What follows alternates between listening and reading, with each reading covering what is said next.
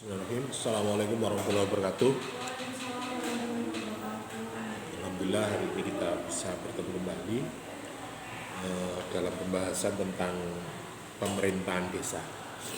Sebelumnya terakhir saya ingat bicara tentang struktur kelembagaan di pemerintahan desa di negara kita khususnya, dan yang terakhir juga kita bahas tentang Badan Permusyawaratan Desa sebagai lembaga legislasi di tingkatan desa, atau bisa juga dikatakan lembaga kemasyarakatan, lembaga yang menjadi referensi dari pemerintah desa untuk pengambilan kebijakan baik program pembangunan, keuangan, dan ketertiban yang ada di desanya masing-masing.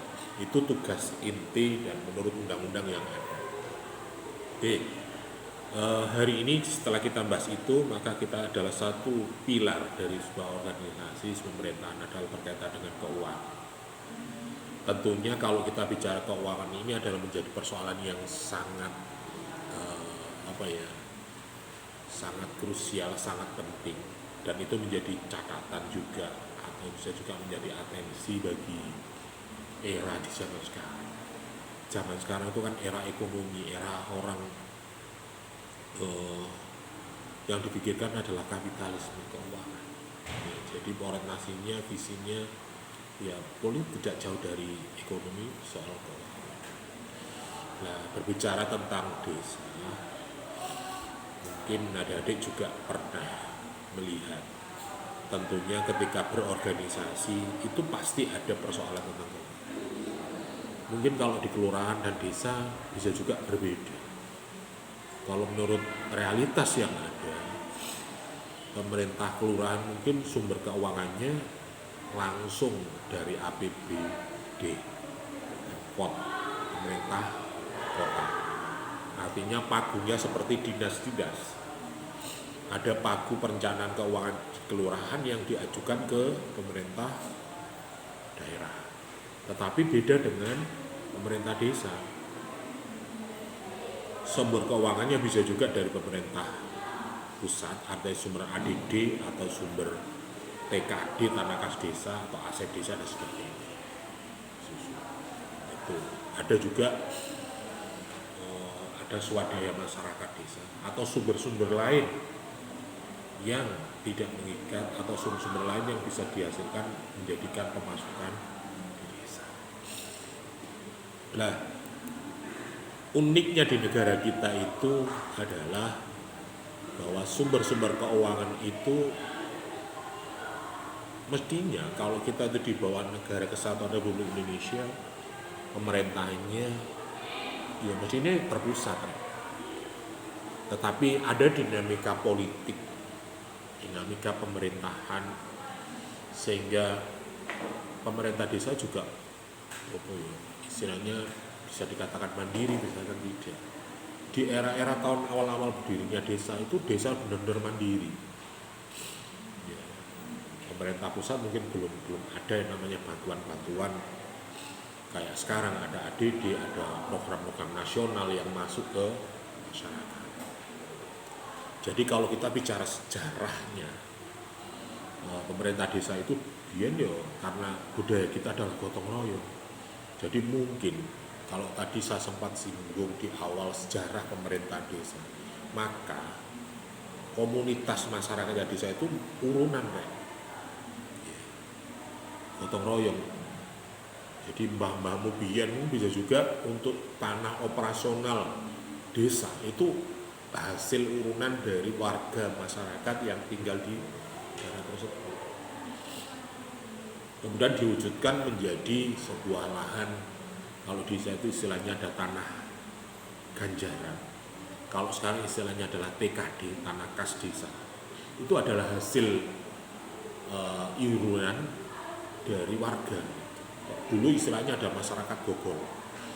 Jadi masyarakat itu urunan tanah sedikit-sedikit, akhirnya ada yang beli, ada yang tukar guling, sehingga ini menjadi tanah kas desa. Jadi ada yang tanah gas desa digunakan untuk operasional desa. Operasionalnya apa? Ya ada kebutuhan rumah tangga, ada kebutuhan untuk pembangunan. Masalahnya akhirnya apa? Desa-desa itu punya swadaya macam-macam. Jadi dulu desa itu ada tanah kemakmuran, ada tanah Pancaklikan, ada tanah PKK, ada tanah Hansip, ada tanahnya Karang Taruna, ada tanah apa? Ada tanah Ganjaran Kepala Desa, ada macam-macam. Jadi ada pos-pos anggaran yang di backup dari hasil pertanian tanah kas itu. Ada beberapa desa yang sampai hari ini punya tanah kemakmuran atau tanah paceklikan. Jadi hasil pertaniannya itu dikumpulkan di satu lumbung atau gudang, dulu istilahnya lumbung. Ketika musim kemarau, ketika musim sulit untuk kebutuhan pangan, itu dikeluarkan, diberikan kepada masyarakat atau dipinjamkan kepada masyarakat. Ketika panen, masyarakat juga kembalikan. Di tanah paceklikan ini tanah kemakmuran, artinya tanah persiapan ketahanan pangan yang ada di desa. Ada juga yang tanah PKK, misalnya. Tanah ini hasilnya untuk kegiatan operasional, kegiatan PKK. Ada yang Karang Taruna. Karang Taruna biasanya kadang ngarek nom, biasanya tanah yo tidak untuk dihasilkan tapi untuk dibuat lapangan, dibuat sarana-sarana olahraga, atau bisa juga yang lain. Atau juga yang tanah yang di pinggir jalan itu dikasih tanaman mangga. Nah, kalau dulu ada mangga, itu biasanya dikasihkan ke masyarakat atau Karang Taruna. Tergantung pada potensi yang ada di. Khususnya kalau di kelurahan, ini ada tanah gendong, tanah negara, dimanfaatkan untuk apa? Untuk kios, untuk warung, untuk apa? Atau bumdes, atau koperasi, untuk apa? Itu biasanya ada yang istilahnya ada tanah ulayat. Tanah ulayat itu tanah adat. Nah, untuk kegiatan-kegiatan sosial, buat digawe masjid, buat digawe pondok, buat digawe sekolahan, itu biasanya ada. Itu adalah tanah warga. Itu adalah model-model keuangan yang ditangani oleh desa. Tetapi seiring dengan waktu, semua itu harus melalui perencanaan yang namanya RAPBDes, Rencana Anggaran Belanja Desa. Maka itu harus tersusun jelas. Kenapa harus jelas? Ya karena pertanggungjawabannya kepada masyarakat. Sehingga sumbernya dari mana, untuk apa, siapa yang melaksanakan, itu jelas. Kalau dulu sebenarnya masyarakat kan, ya bukannya masyarakatnya jelek enggak, tapi masyarakat dulu itu sangat amanah. Ya, artinya tidak seperti sekarang. Secanggih teknologi sekarang banyak kali. Dulu enggak ada.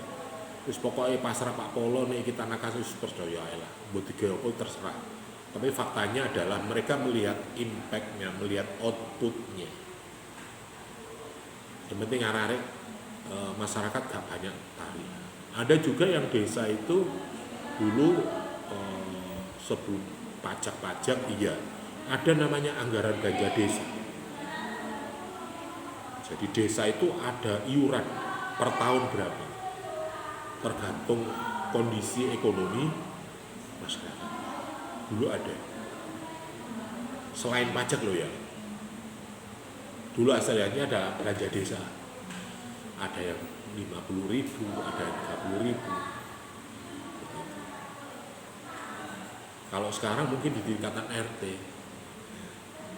sampai di RT pernah nggak ada iuran RT untuk sampah, untuk kematian, untuk dana sosial?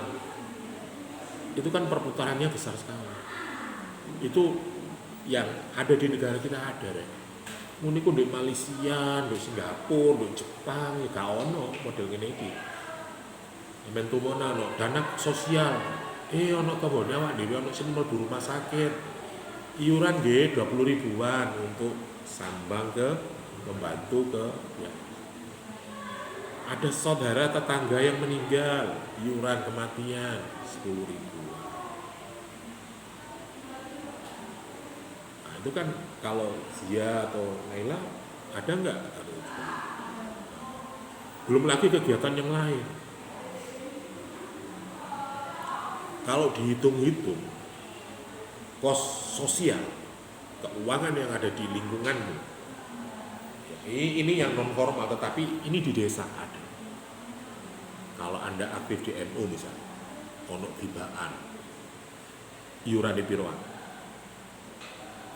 Bisa melo nggak hibaan? Dulu aku kecil Pak, Kecil. Nah, Pak sekarang 5.000 Pak. ya ada 5.000-an. Itu tak hibaan, burung tahlilan, burung arisan, yasinan.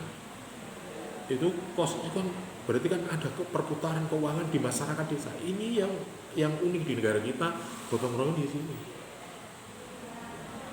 Makanya ketika ada nulis tentang profil desa, itu bisa juga. Jadi sangat besar perputaran keuangan yang ada di desa. Saya katakanlah setiap keluarga itu mulai arisan, yasinan, hibaan, kurung ono hajatan apa per bulan berapa. Itu di luar pajak loh ya, di luar pajak resmi dari pemerintah. Sing non masyarakat.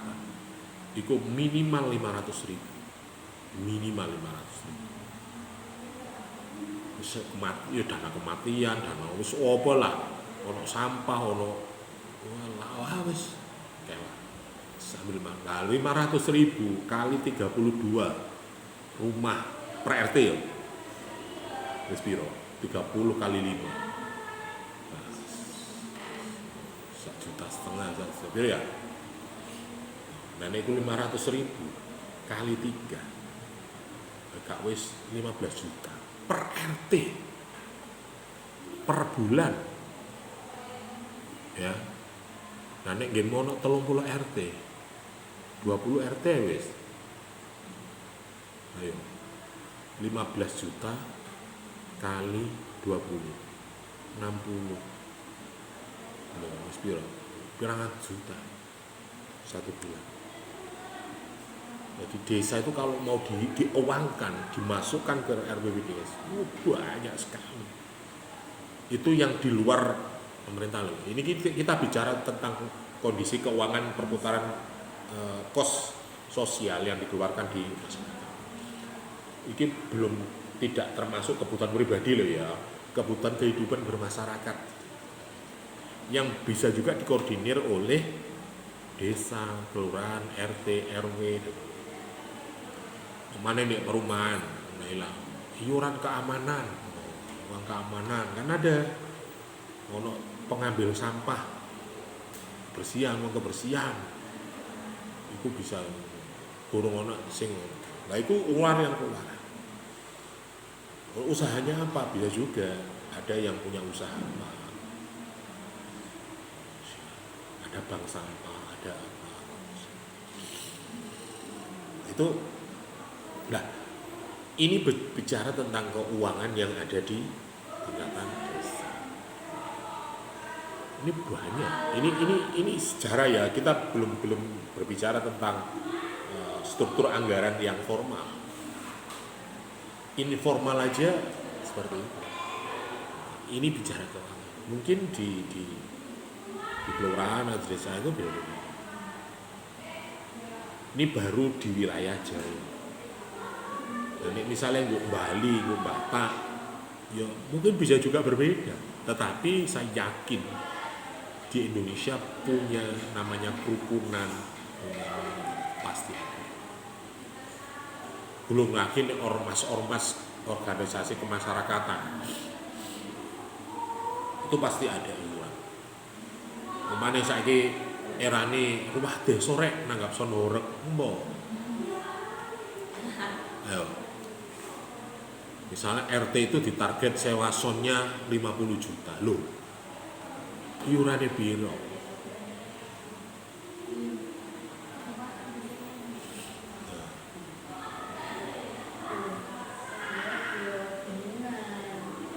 Ya masih karnaval, masih apa ya biaya toh.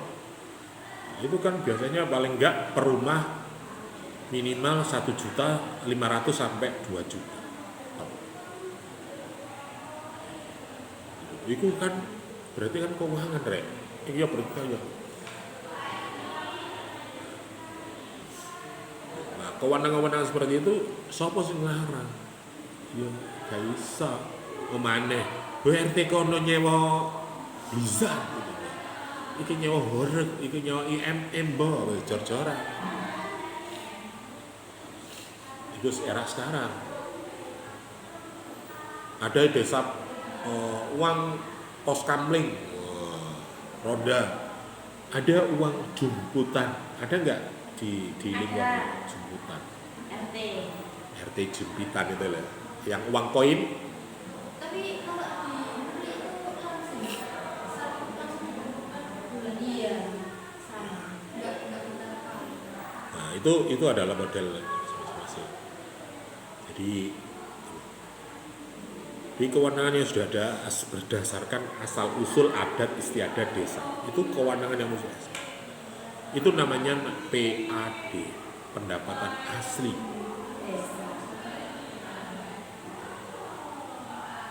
Kemudian ada juga hibah atau sumbangan dari pihak ketiga, donatur.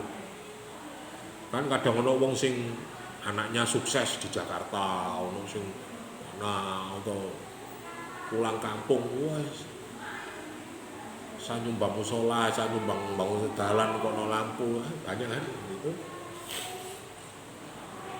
Ya, ada yang wargane sugih, tanahku itu lho, aku sedekah, gak iso kayak duit, aku lahanku garapen, hasilnya untuk pembangunan, entah itu untuk fasilitas agama atau untuk kegiatan apa, itu ada. Kemudian ini yang asli. Kemudian ada sumber kewenangan yang kedua dari pemerintah kabupaten atau kota. Ini biasanya tugas perbantuan yang diserahkan kepada desa. Contohnya apa? Bagi hasil pajak PBB itu biasanya ada bagi hasil. Jadi pajak bumi bangunan itu ada yang kembali lagi ke desa. Selain uang itu setor kepada pemerintah pusat atau pemerintah daerah sebagai operasional iuran yang ada di pemerintah kabupaten, ada yang kembali ke desa secara nominal. Biasanya 10%. Misalnya pajak desa itu mungkin sampeyan hitung PBB omah sampean, sawah sampean kira-kira berapa. Dulu seingat saya di desa saya itu hampir 100 juta. Seluruh desa loh ya. Nah itu 10% paling malah 10 juta. Selain itu setor ke pemerintah pusat, pemerintah itu baru. Nah ke pemerintah pusat juga nanti ada proyek program yang kembali lagi kepada balik mana, iuran mana. Ada juga kalau di pemerintah kota dan daerah itu desa ada pembagian retribusi. Misalnya ada fasilitas-fasilitas yang didanai oleh pemerintah kota atau kabupaten, tapi menempati di wilayah desa itu. Misalnya Meri duwe terminal. Mosok ya wong Meri gak keduman belas. Pasti ada pembagian itu. Entah itu diberikan lahan atau diberikan kebagi hasil pajak retribusi. Kalau misalnya ada tempat wisata misalnya. Ada desa yang punya ubalan, kalau desa sing duwe wisata religi, Troloyo misalnya. Itu kan pengunjungnya banyak. Melbuwe bayar tiket berapa. Nah, itu ada bagi hasil yang masuk ke desa. Ada juga alokasi dana desa. Ini kalau dari pemerintah pusat itu. Ada dana BK, bantuan keuangan. Ada juga macam-macam lain. Apalagi ya tergantung pemerintahnya. Kalau di era zaman Orde Baru itu ada desa tertinggal, IDT, ada desa mandiri, ada desa swadaya, ada desa maju. Dulu dibantu semua sebenarnya. Kalau zamannya Orde Baru itu programnya adalah mungkin SD Impres. Semua desa dikasih SD Impres untuk layanan pendidikan sebagai bentuk tanggung jawab negara. Jadi kalau zaman dulu itu desa ada program pusat yang harus desa penuh. Kalau sekarang desa harus ada KDMP. Sekarang, ya. Kalau dulu zamannya Pak Harto ada namanya SD Impres. Saya yakin di semua desa ada SD. Semua adalah bantuan dari pemerintah pusat yang harus dibantu. Walaupun ada sebagian desa yang secara mandiri membangun sekolah sendiri-sendiri, swasta. Mungkin nggak sadar ada nggak sekolah MI madrasah. Nah itu berarti swasta. Yang swasta itu berarti mandiri, masyarakat mendirikan yayasan sendiri. Kalau di Meri mungkin punya sekolah-sekolah swasta, Permata atau apa itu kan mandiri. Nah, tapi kalau saya yakin di sekitar itu ada sekolah SD. Itu kalau pendidikan, ada pembangunan jalan, jembatan dan sebagainya itu dan pusat.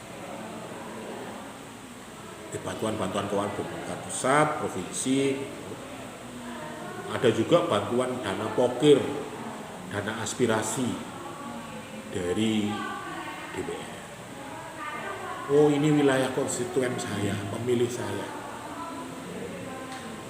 Jadi DPR memberikan voucher kepada desa itu untuk pembangunan. Misalnya, wah ini perlu ada intervensi kepentingan jembatan karena kalau musim hujan Meri itu selalu kowong, selalu banjir. Akhirnya ada intervensi, tolong ini.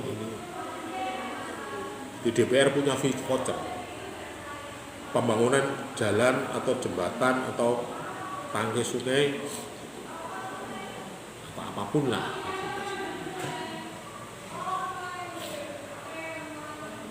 Ada juga tugas pembantuan dari pemerintah provinsi. Provinsi itu bisa juga berbicara tentang apa ya? Kalau provinsi bisa juga jalan, bisa juga fasilitas umum, atau bisa juga dari kementerian-kementerian. Ada pusat balai latihan opo. Dulu kan kayak di Medali ada bangunan untuk telekom, untuk komunikasi BLK tingkat desa. Ya dibantu kabeh senilai berapa miliar, fasilitas lengkap, dunia lengkap.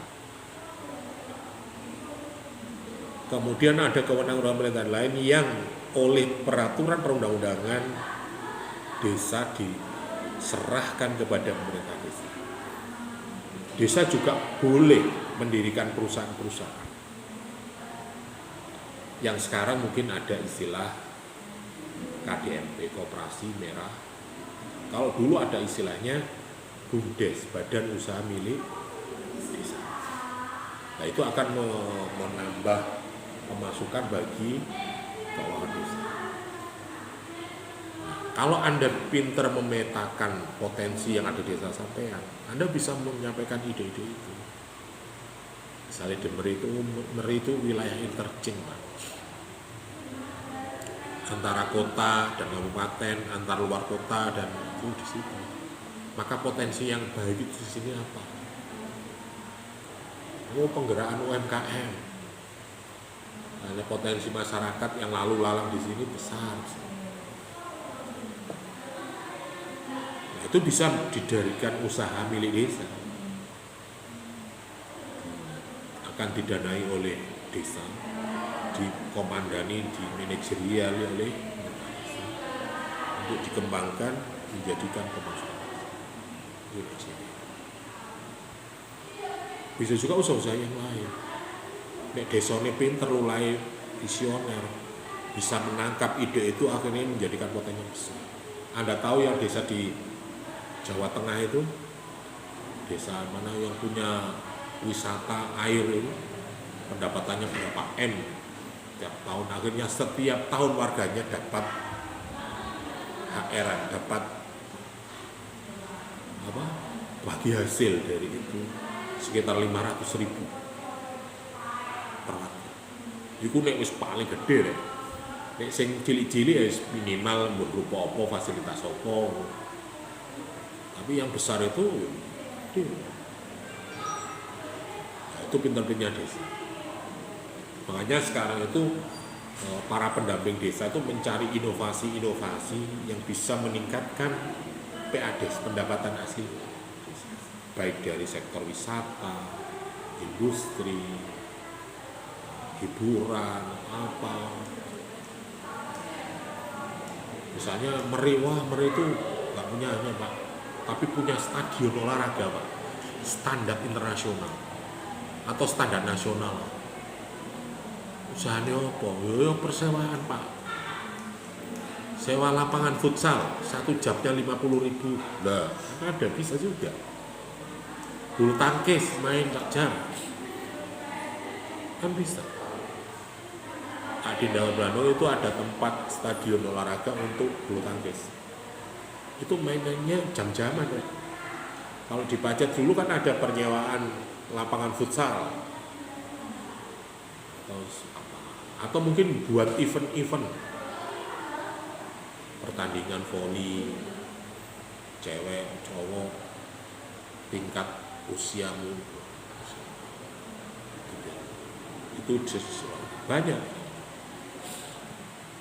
Atau bisa juga di tempat guru seni punya gedung yang besar koyok Astoria, koyok gedung Majapahit. Nanti masyarakat kalau punya hajat, nggak punya rumahnya nggak kuat untuk hajatan, bisa nyewa gedung ini.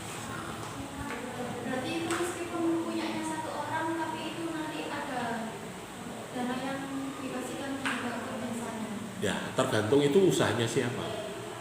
Kalau nih misalnya pribadi boleh, tapi desa juga bisa sebenarnya. Nah, nih desa duwe lahan, duwe tempat yang strategis, dibuatkan gedung pertemuan. Kalau hari-hari biasa untuk olahraga, bisa untuk itu, hari-hari tertentu bisa digunakan untuk event-event. Saya ingin sewa gedung berapa nih? Kayak Astoria misalnya. Hajatan itu jam-jaman bisa juga desa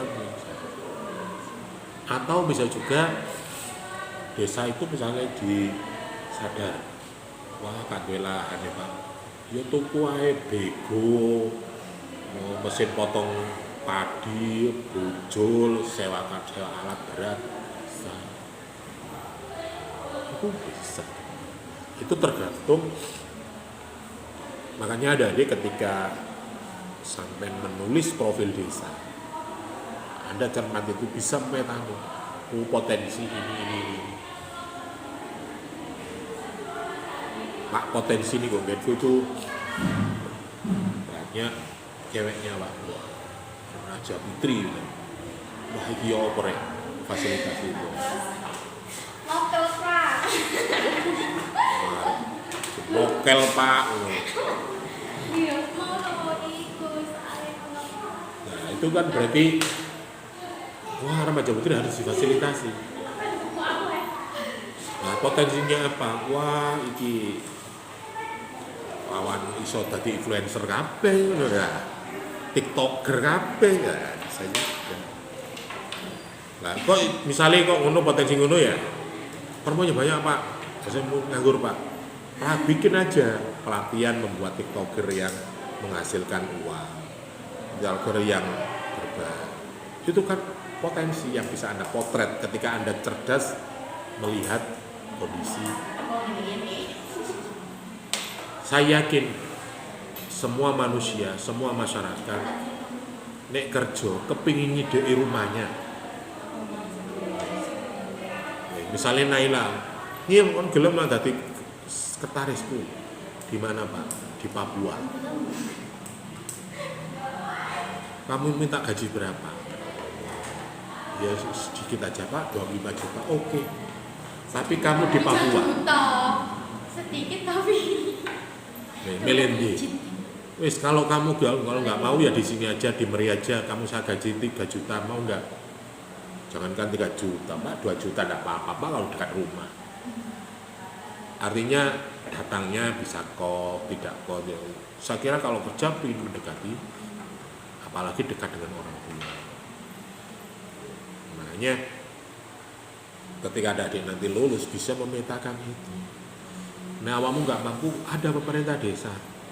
Pak Lurah, saya punya data bahwa di desa kita itu potensi generasi muda, khususnya remaja putri sekian.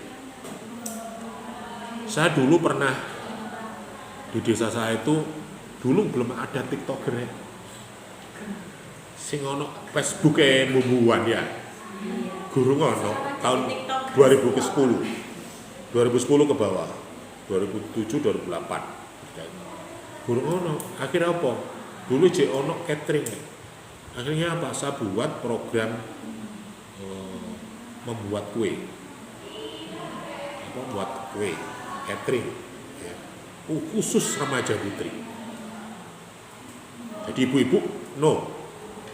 Khusus remaja yang usianya di bawah 21 sampai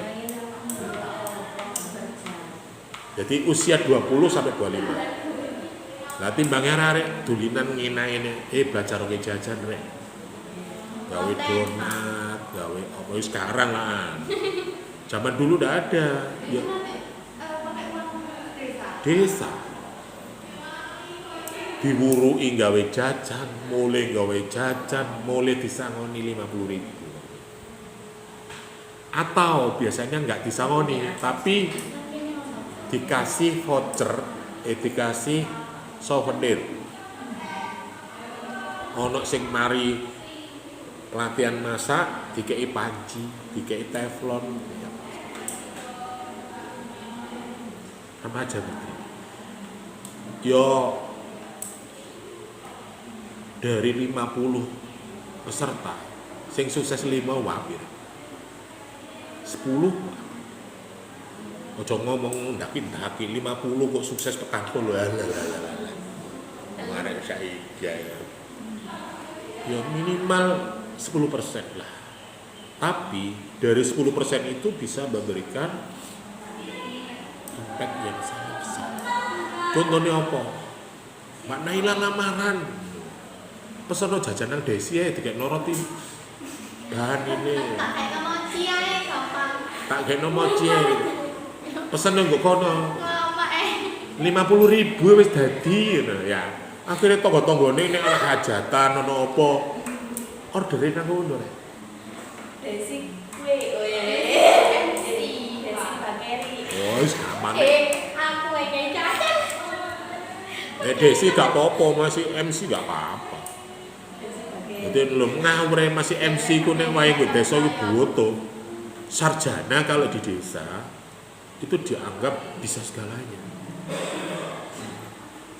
Mbak, iki ono acara resepsi. Sampeyan yo dadi MC-ne. Ngongkon Mbak Iko teko njaba ki larang gak wis kaya nyangoni. Sampeyan ponakane dhewe kok pacar sarjanamu ngono rek ya. Iso gak iso kon butuh tampil.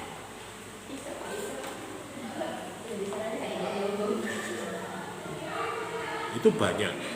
Sama sak gede naik gampang. Iku zaman dulu rek. Nek saiki kan konten kreator. Ya. Branding produk. Ngono-ngono iku pelatihane. Nek zamanku biyen yo arek sampe mene iki lulus SMA. Ayo belajar ke hotel do ya. Masak Iya, jadi carane gawe rawon, carane gawe apa. Ada kursus waktu itu jahit, bikin baju, bikin kerajinan. Saya dulu kan di paguyuban. Di fasilitasi. Walaupun gak dadi lurah, mungkin itu ide dok. Pak Lurah mau ini, tolong difasilitasi. Ini saya menyiapkan pesertanya dan tutornya. Dulu tuh pernah kursus itu orang ini loh, Pacing, Masjid Pacing, sebelahnya ada pos giro, di situ ada ibu, istrinya teman saya, pinter jahit, pinter kayak kue, itu yang ngajari di kampung sini. Itu manfaat, menciptakan lapangan kerja baru. Kayak saya di industri yang cowok-cowok bikin industri alas kaki. Nek iku autodidak. Saiki delok. Ah, wis. Koyok sampai Mbak Desi, Vejian, beli. Kamu mau digaji berapa, Mbak? Mbak Des, kamu mau digaji berapa? 5 juta. Oke, 25 juta. Sementing saya target saya adalah 3.000. Saya closingkan 3.000 per bulan. Aman, Pak. Aman. Berani gaji 25 juta berani. Minimal 3.000 satu bulan. Nah, awakmu tinggal ngene. Nang TikTok maksudnya. Lah wong influencer temen tetangga saya itu gajinya 7,5 juta. Ini Pak influencer. 1 juta, 7 juta setengah, 50 juta. 20.000 ya apa sih? Ya enggak lah. Wis ora ono. Jadi desa itu kalau lihat undang-undang, desa itu boleh kerjasama dengan instansi pemerintah di struktural di atasnya, dinas koperasi, dinas kesehatan, dinas apa, kementerian. Bisa juga pemerintah desa itu kerjasama dengan pihak swasta. Misalnya Pak Denizia di perusahaan bawang merah, bawang goreng. Di mana perusahaannya? Di Sidoarjo. Lah terus wong desa iki dapakno, Pak. Ini sebagian konci Brambang bawang. Kupas bawang. Ada Pak. Kamu kerjasama sama pemerintah desa, menggerakkan masyarakat, yuk sama timbangi nganggur, tiktokane scroll, nyekel gladi ngono ngeceki bawang ben entuk. Kayak kakak senior Anda, Mas Dion, kalau Anda Dion tahu, itu ada deskripsinya tentang pemberdayaan masyarakat kupas bawang di wilayah Pungging, Mojosari ke arah Nangpol. Sambilawang biasa ya Pak. Sambilawang. Aceh ya. Iya, apa ya ada? Jadi kupas bawang. Sambilawang. Jadi masyarakat itu ngupas bawang per kilo berapa gitu loh.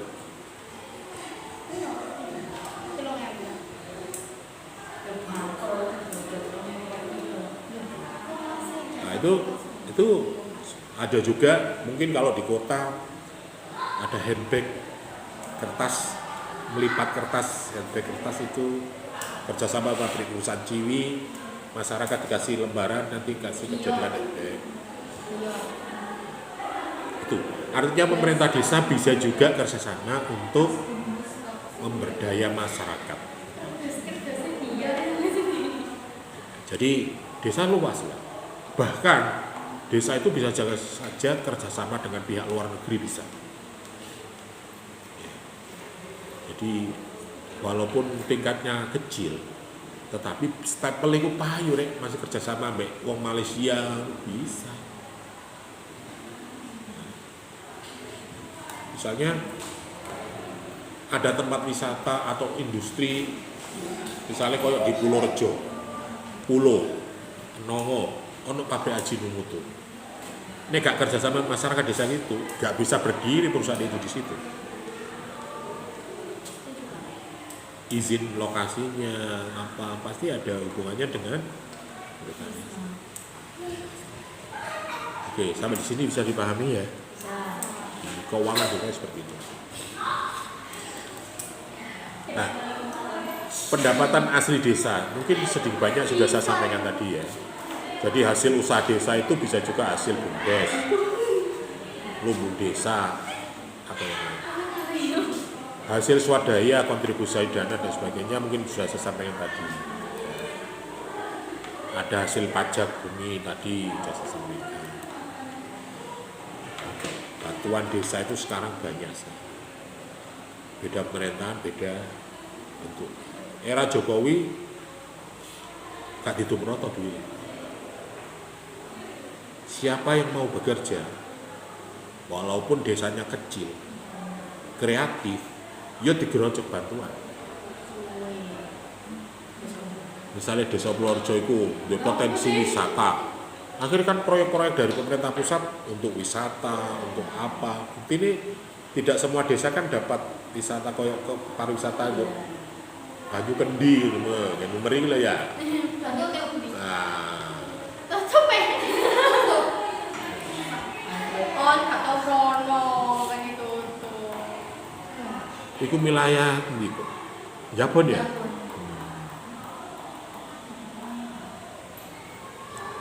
Kemudian kalau kebijakan politik keuangan desa, kebijakan alokasi dana desa itu macam-macam.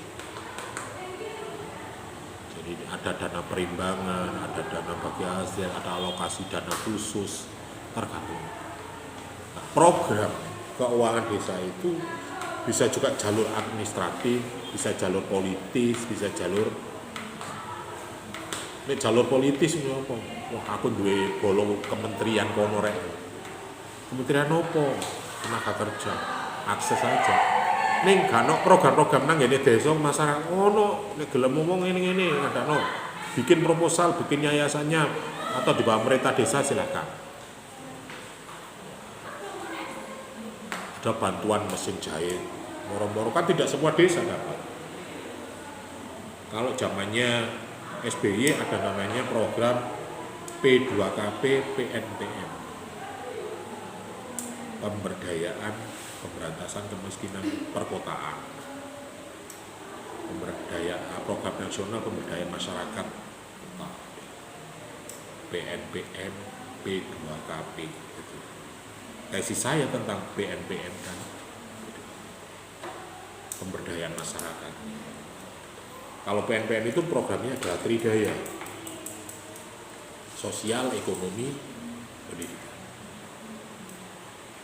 Kegiatan sosial apa? Ya bantuan ke miskin. Lingkungan apa? Pembangunan infrastruktur, jalan, sarana umum. Ekonomi apa? Koperasi, simpan pinjam, sebagainya itu. Kalau PNPM dulu. Kalau sekarang ya sembuh kebiau ya, sono BUMDes, sono ADMP dan sebagainya. Kalau BUMDes itu zamannya Jokowi. Badan Usaha Desa itu harapannya desa itu di perusahaan. Paling mau desa usahanya paling nek desa Indonesia dodol pupu.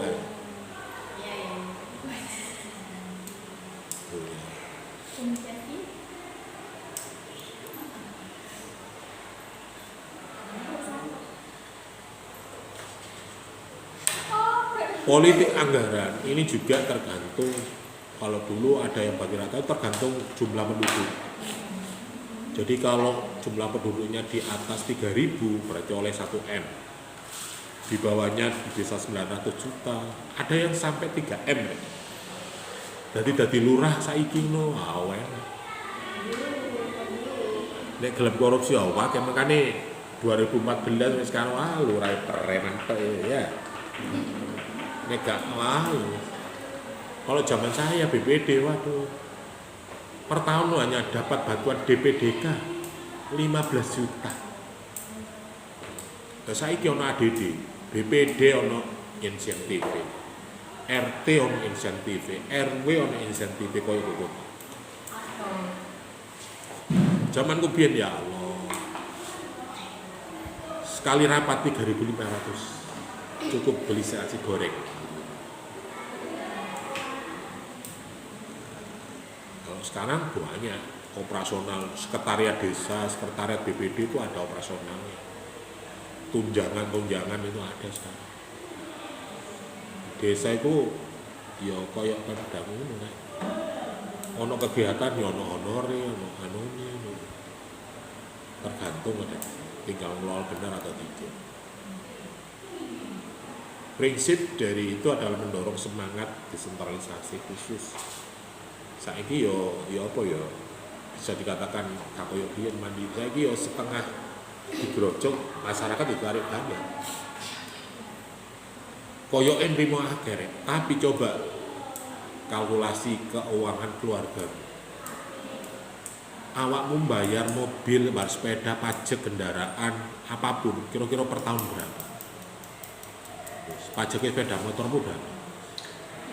Wes, kalau sekarang rata-rata di rumah warga di desamu, ono tasnya nggak untuk sepeda motor? Punya semua. Minim satu. Malah sekarang keluarganya papat, sepeda ya papat. Iya. Ono iki gawe ibuke nang pasar, iki gawe ayahe nang pabrik, iki gawe sekolah. Kok CSD sepeda listrik ya. Enak itu. Itu baru kendaraan. Listrik liane. Jadi pajaknya besar kembali ke PBB, bumi bangunan. Burung produk-produk yang lain. Tapi sebenarnya ke desa, ke masyarakat juga banyak. Tetapi karena Indonesia kebocoran-kebocoran di mana-mana, akhirnya masyarakat hanya merasa nyaur bayar pajak tok, gak merasa menikmati. Buktinya apa? Wong kuliah aja bayar, sembarang bayar kabeh, ambaan bayar, melek bayar, turun bayar.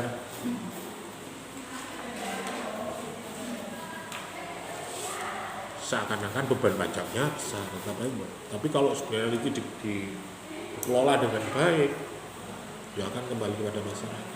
Kalau gelem mensyukuri minimal, nek bosan niki wong desa, wong Jawa, coba sing bangun jalan aspal siapa, yang beri penerangan siapa. Ada kakak ya. Oke, sampai di sini barangkali ada pertanyaan.